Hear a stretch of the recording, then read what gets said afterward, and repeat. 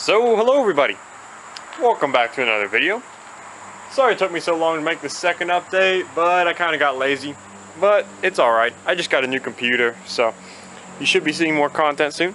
I got a ThinkPad P52s, so it should really help with rendering. Anyway, the pool is doing good. There is a bit of algae, like dead algae on the bottom, because we had an algae bloom. And I'm going to tell you all a little bit about that. It's just going to be a talking head video for a little bit. Alright, so the pool had an algae bloom, so I went and bought algicide and stabilizer. Which stabilizer, if you don't know, increases the life of chlorine dramatically when you put it in the pool. It basically keeps the UV rays from the sun from burning off your chlorine too quickly. Because a lot of the chlorine, if you don't have stabilizer, just gets eaten up by the sun. Anyway, also we had a problem with our salt system. So I'm going to turn these things off real quick because they're scheduled to come on within about 30 minutes. So I'm going to go ahead and shut them off for now because we're going to do a filter cleaning and stuff of that nature today. But our salt cell was actually running in the reverse polarity. I got inside of it and I wired it up so that it would, or I reversed the polarity of the cell, and it's generating much more chlorine now. Seriously, I was testing the pool a couple weeks before I did that, and the chlorine level was zeroing out. Now it's like 2-3 parts per million every single time I test. So it's doing much better thanks to that little adjustment. I believe the reason for that is there's an odd number of plates in the cell. There's 3 plates, and 2 plates are grounds, or 2 plates are supposed to be positive, 1 plate's supposed to be ground, and it was using 1 plate as positive with 2 grounds beforehand. Which one's an anode because it has a positive charge, and 2 of these cathodes because they have a negative charge, something like that. But anyway, I'm going to start skimming the pool. In terms of actual water clarity, the pool is very clean right now. It does have some gunk on the bottom, but the water that is actually in the pool, there's very little debris suspended in it. I'm probably going to whip out the brush again to brush some of the bottom of the pool off. There, that little leaf on the top. We've had a few storms blow through in the past couple days, and we're going to have more storms blow through over the next few days. So I probably won't be able to make another video for a while, but I will try to make a video ASAP when that weather clears up. I believe there's a storm coming right now. We're gonna get hit like a tropical storm or something. Because Tennessee, the weather never stops during the summer.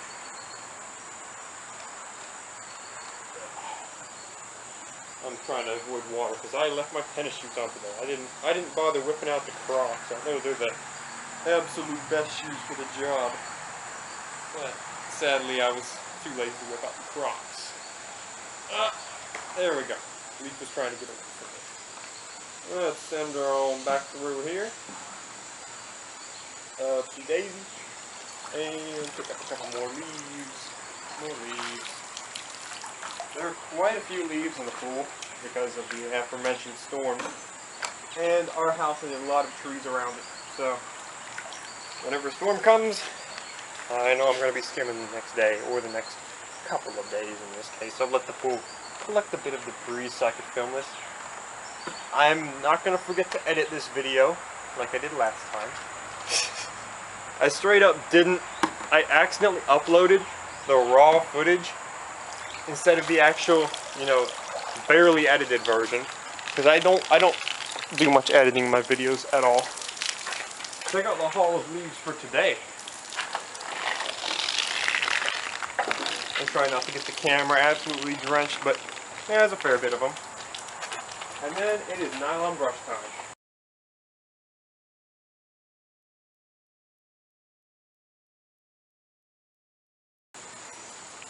And through the magic of editing, we now have a vinyl brush on a long pole.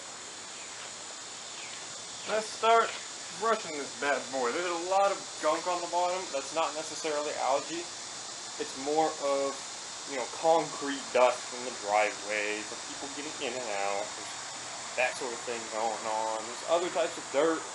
There's just dirt in general. There's some algae remnants on the wall from when I did the algae cleaning. These can be tough to remove, but it looks like our vinyl brush, just some gentle brushing is removing it just fine, which is a good thing. And I wouldn't expect really anything else because of the chlorine levels in this pool. They are pretty good.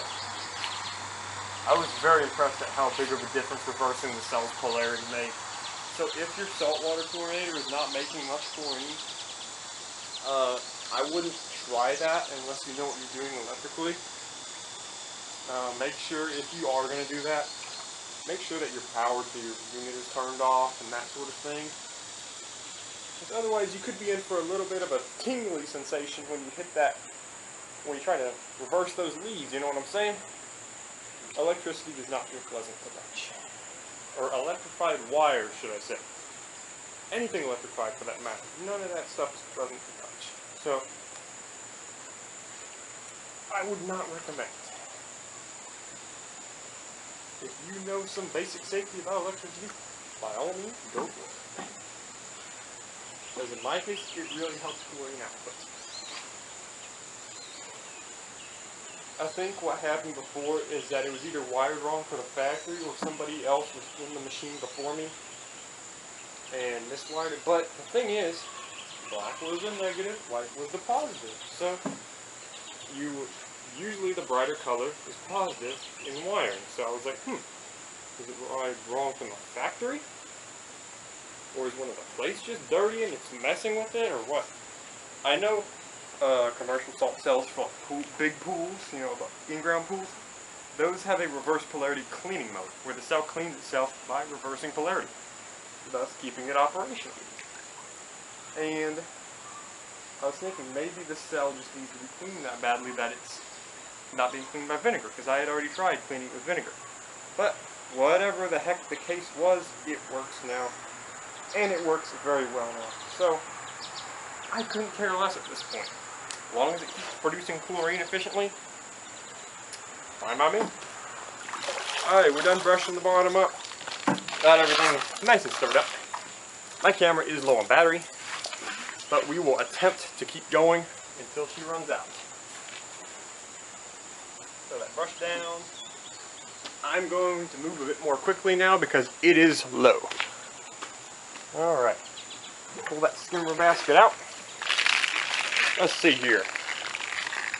That looks gunky to me. Throw it down the bottom. Much better. Water level is high, but I will work on that later.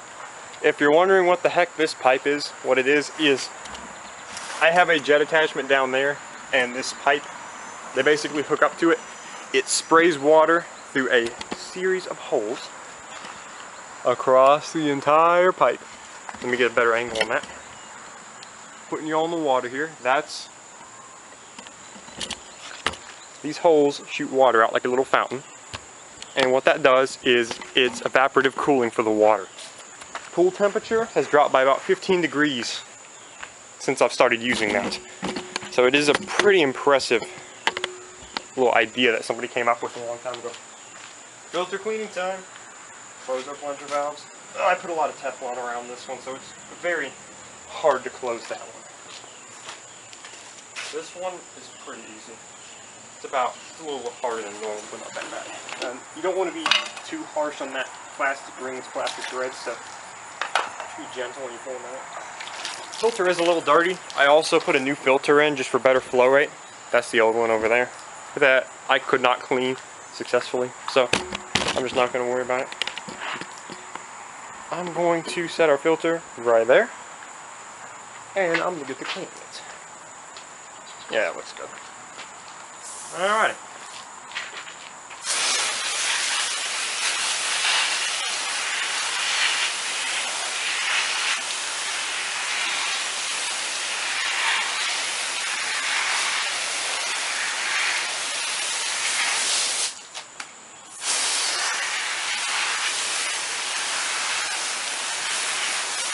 It sucks that school is starting so soon, but you guys gotta accept it, I guess.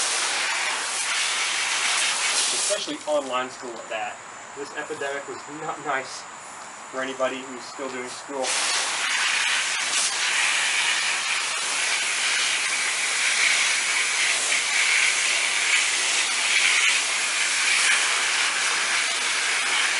Maximum water pressure now.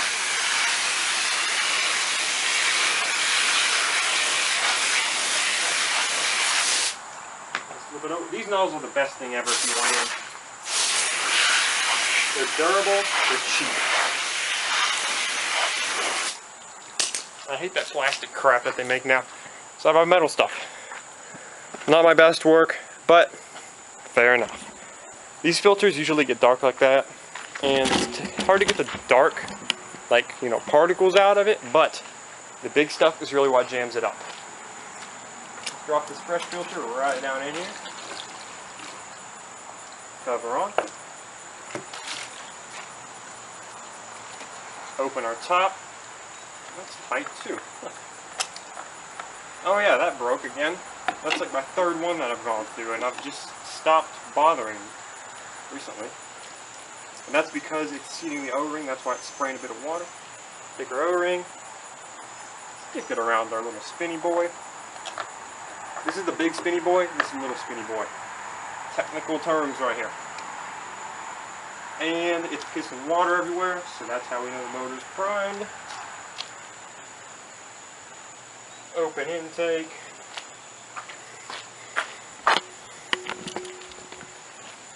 Open the exit valve. Exhaust valve, pardon me. We're doing engine terms today. That's the intake valve, that's the exhaust valve. Open this bad boy up. Now, we hit clock, and we are set to 12 hours. You probably don't need to run that long, but I do anyway. Standing in water, so if you're standing in water and your pump is also in water, keep your shoes on. Otherwise, if your feet are touching the water, you're gonna ground. And that's not pretty.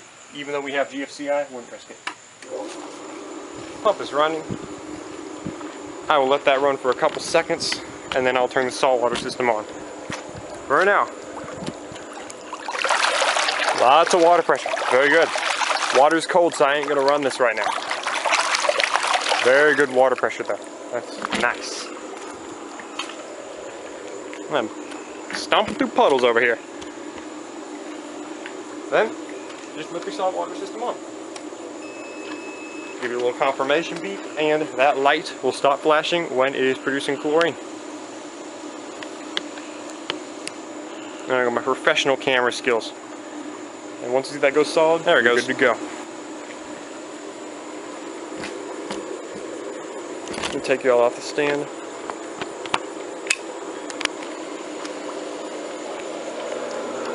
And notice all of those bubbles in there. The bubbles are basically your salt chlorine.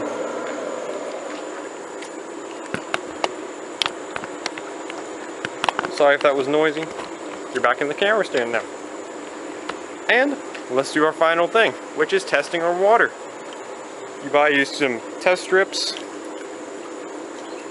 and these have an expiration date.